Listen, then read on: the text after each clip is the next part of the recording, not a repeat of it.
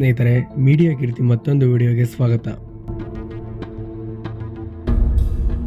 ಬಾದಾಮಿ ಹೆಸರು ಕೇಳಿದ ತಕ್ಷಣ ನಮಗೆಲ್ಲರಿಗೂ ನೆನಪಾಗುವುದು ಬನಶಂಕರಿ ಅಮ್ಮನವರ ದೇವಸ್ಥಾನ. ಬಾಗಲಕೋಟೆಯಲ್ಲಿರುವ ಬಾದಾಮಿ ಹಿಂದೂಗಳ ಪ್ರಮುಖ ಧಾರ್ಮಿಕ ಕೇಂದ್ರ. ಬಾದಾಮಿ ಬಳಿಯ ಚೋಳಚಗುಡ್ಡದಲ್ಲಿರುವ ಲಕ್ಷಾಂತರ ಭಕ್ತರ ಆರಾಧ್ಯ ತಾಣ ಬನಶಂಕರಿ ದೇವಾಲಯವು. ದೇವಾಲಯವು ಇಲಕರಣ್ಯ ಅರಣ್ಯದಲ್ಲಿ ನೆಲೆಸಿರುವುದರಿಂದ ಶಾಕಂಬರಿ ಬನಶಂಕರಿ ಅಥವಾ ಬನಶಂಕರಿ ಎಂದು ಭಕ್ತರು ಆರಾಧಿಸುತ್ತಾರೆ. ನೀವು ಇತಿಹಾಸದ ಪುಟಗಳಲ್ಲಿ ಬಾದಾಮಿ ಚಾಳುಕ್ಯರ ಹೆಸರನ್ನು ಕೇಳಿರಬಹುದು. ಅದೇ ರಾಜಮನೆತನದ ಮನೆದೇವರು ಬನಶಂಕರಿ ದೇವಿ. ಬನಶಂಕರಿ ದೇವಿಯ ಇನ್ನೊಂದು ಹೆಸರು ಶಾಕಂಬರಿ ದೇವಿ. ಶಾಕಂಬರಿ ಎಂದರೆ ತರಕಾರಿಗಳ ದೇವರು. ಅಲ್ಲದೆ ಬನಶಂಕರಿಯಲ್ಲಿ ಬನ ಎಂದರೆ ಹಸಿರು, ಅರಣ್ಯ. ಹೀಗಾಗಿ ಅರಣ್ಯದ ಸಿರಿ ಸಂಪತ್ತಿನ ದೇವರು ಎಂದು ಸಹ ಕರೆಯುತ್ತಾರೆ. ಬನಶಂಕರಿ ದೇವಿಯು ಮತ್ತಾರೂ ಅಲ್ಲ, ಪಾರ್ವತಿಯ ಅಪರಾವತಾರವೆಂದೇ ನಂಬಲಾಗಿದೆ. ಕರ್ನಾಟಕ ಒಂದೇ ಅಲ್ಲ, ಮಹಾರಾಷ್ಟ್ರದಿಂದಲೂ ಬನಶಂಕರಿಯ ದರ್ಶನಕ್ಕೆ ಭಕ್ತರು ಹುಡುಕಿ ಬರುತ್ತಾರೆ. ಬನಶಂಕರಿ ದೇವಿಯ ಇತಿಹಾಸವನ್ನು ನೋಡುವುದಾದರೆ ಸ್ಕಂದ ಪುರಾಣ ಮತ್ತು ಪದ್ಮ ಪುರಾಣವು ದುರ್ಗಮಾಸುರ ಎಂಬ ರಾಕ್ಷಸ ಸ್ಥಳೀಯ ಜನರಿಗೆ ನಿರಂತರವಾಗಿ ಕಿರುಕುಳ ನೀಡುತ್ತಾನೆ ಎಂದು ಹೇಳಲಾಗುತ್ತದೆ.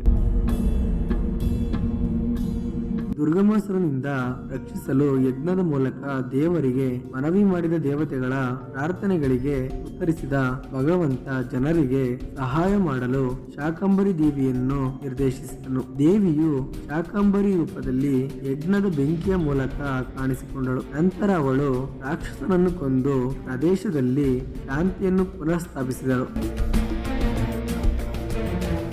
ಬನಶಂಕರಿಯನ್ನು ಶಿವನ ಪತ್ನಿಯಾದ ಪಾರ್ವತಿ ದೇವಿಯ ಅವತಾರವೆಂದೇ ಪರಿಗಣಿಸಲಾಗಿದೆ. ದೇವಾಲಯದ ಸುತ್ತಲಿನ ಕಾಡುಗಳಲ್ಲಿ ತೆಂಗು, ಬಾಳೆ ಮತ್ತು ವೀಳ್ಯದೆಲೆ ಗಿಡಗಳು ಮತ್ತು ಮರಗಳಿವೆ. ಆದ್ದರಿಂದ ಭೀಕರ ಬರಗಾಲದ ಸಮಯದಲ್ಲಿ ದೇವಿಯ ಜನರು ಬದುಕಲು ತರಕಾರಿಗಳನ್ನು ಮತ್ತು ಆಹಾರವನ್ನು ಒದಗಿಸಿದಳು ಮತ್ತು ಆದ್ದರಿಂದ ದೇವಿಗೆ ಶಾಕಂಬರಿ ಎಂಬ ಹೆಸರನ್ನು ನೀಡಲಾಯಿತು ಎಂದು ಹೇಳಲಾಗುತ್ತದೆ.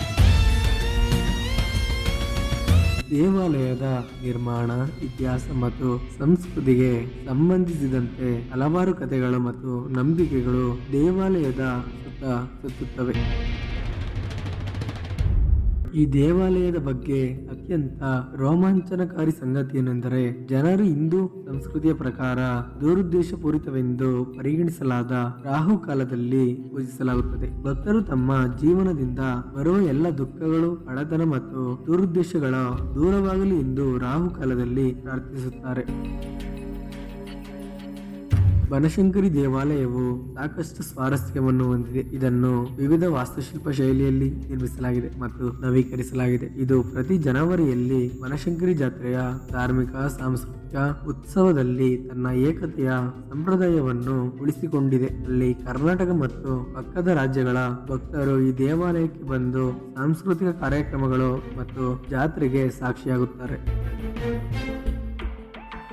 ದೇವತೆಗೆ ಪ್ರಾರ್ಥನೆ ಸಲ್ಲಿಸುವುದರ ಹೊರತಾಗಿ ಉತ್ಸವವು ಸಾಂಸ್ಕೃತಿಕ ಮತ್ತು ಧಾರ್ಮಿಕ ಸಾಮರಸ್ಯವನ್ನು ಸಹ ಉತ್ತೇಜಿಸುತ್ತದೆ. ಜಾನುವಾರುಗಳ ಜಾತ್ರೆ ಮತ್ತು ಮರದ ಕೆತ್ತನೆಯ ಮೇಳವು ಹಬ್ಬದ ಸಮಯದಲ್ಲಿ ಬಹಳ ಪ್ರಮುಖವಾಗಿದೆ.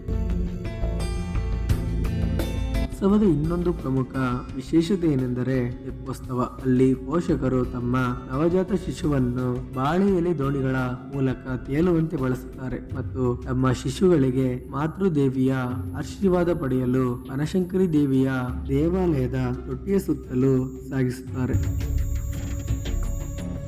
ಬನಶಂಕರಿ ದೇವಸ್ಥಾನದ ಪ್ರವೇಶ ದ್ವಾರದ ಮುಂಭಾಗದಲ್ಲಿ ಹರಿಶ್ಚಂದ್ರ ತೀರ್ಥದಿಂದ ಹರಿದು ಬಂದ ಹರಿದ್ರಾ ತೀರ್ಥ ಎಂಬ ಚೌಕಾಕಾರದ ನೀರಿನ ತೊಟ್ಟಿ ಕಾಣಬಹುದು. ಈ ದೇವಾಲಯವನ್ನು ಮೂಲತಃ ದ್ರಾವಿಡ ವಾಸ್ತುಶಿಲ್ಪ ಶೈಲಿಯಲ್ಲಿ ನಿರ್ಮಿಸಲಾಗಿದೆ, ಆದರೆ ನವೀಕರಣದ ಸಮಯದಲ್ಲಿ ವಿಜಯನಗರ ಮತ್ತು ಇಸ್ಲಾಮಿಕ್ ಶೈಲಿಗಳು ಬಳಸಲ್ಪಟ್ಟಿವೆ.